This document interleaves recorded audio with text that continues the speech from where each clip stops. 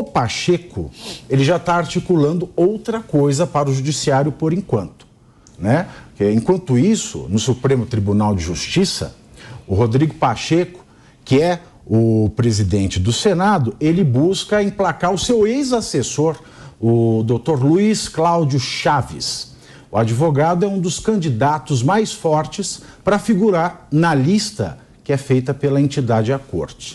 A indicação já foi levada ao secretário de Justiça, Augusto de Arruda Botelho, que trabalha com Dino, que trabalha com Lula, que trabalha com Fernando, que trabalha com Gleisi, que trabalha com toda a família. E aí, você acha que pode ser isso, Nicole? Pode ser uma recuada do Pacheco? Sim, e que envolve também toda uma trama, né, de alianças, trocas de favores, toma lá da cá. Mas isso geralmente faz parte das indicações, infelizmente, no Brasil aos cargos, ainda mais do STF, né? Por exemplo, o Temer, quando colocou o Alexandre de Moraes, no primeiro momento até uma parte da imprensa elogiou e tudo mais, mas a gente tem que pensar no histórico, né? Foi secretário de Segurança aqui de São Paulo, se envolveu em algumas polêmicas naquela época em que os estudantes tinham ocupado as escolas, não sei se vocês lembram disso. Sim. Né? Até incidentes com professores que faziam manifestações nas ruas. Então foi muito polêmico para uma parte da sociedade.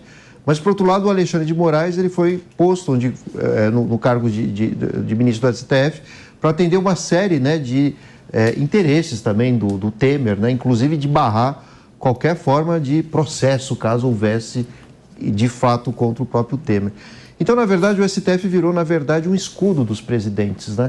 Então, a indicação ela é feita de acordo com esse desejo, né, de criar grandes alianças políticas, atender vários interesses e, de fato, isso lembra um pouco um pensador brasileiro chamado Raimundo Faoro, que escreveu um livro chamado Os Donos do Poder. Ele dizia que o que a gente tem aqui no Brasil é um estamento burocrático. De estamento é diferente de classe social, né? No estamento você não tem mobilidade social. Então é filho de amigo de não sei quem que vai ocupando os cargos, com a intenção de manter os mesmos no poder, independentemente de quem seja. Um outro grande pensador, Raimundo Fagner, que dizia: tem um coração dividido entre a esperança e a razão. Aí eu olho para Brasília, eu vejo que razão não tem, né? É sempre a esperança, né? É sempre a esperança.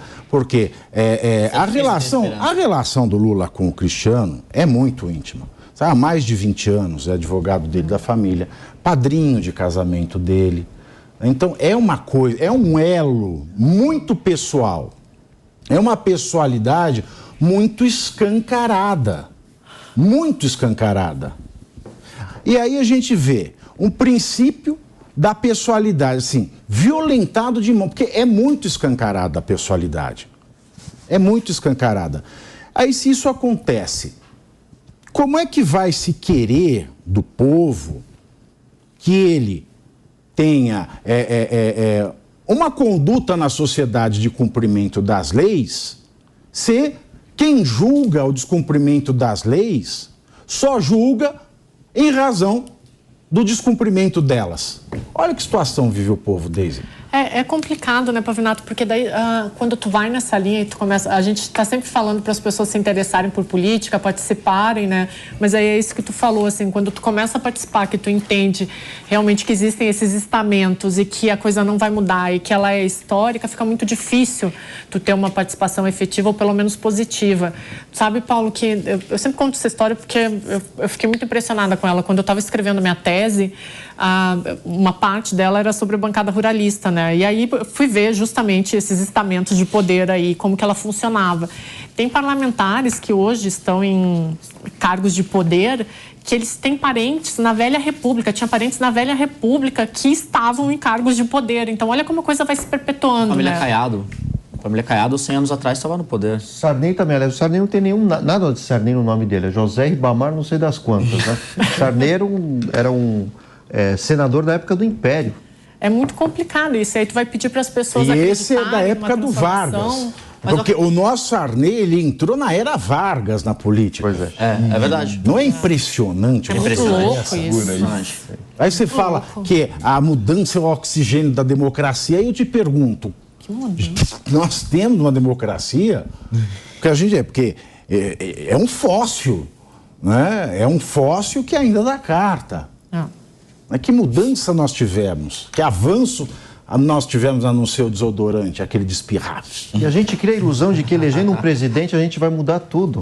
Mas, na verdade, os verdadeiros donos do poder são aqueles que são do centrão hoje, né? Então, que são parentes e famílias que se mantêm no poder.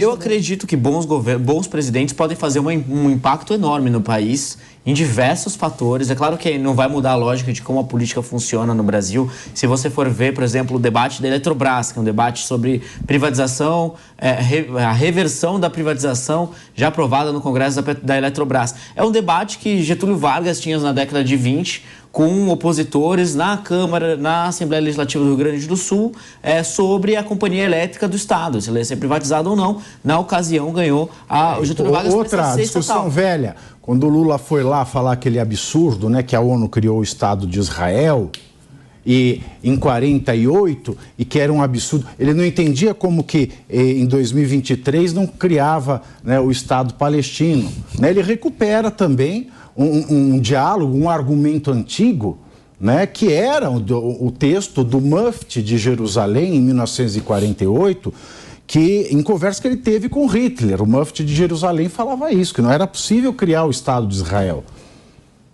Olha que tema atual que o presidente pescou. Não, o presidente tem até registro fotográfico. Fácil de resolver, né? Só a ONU mandar. Exatamente. E falando em donos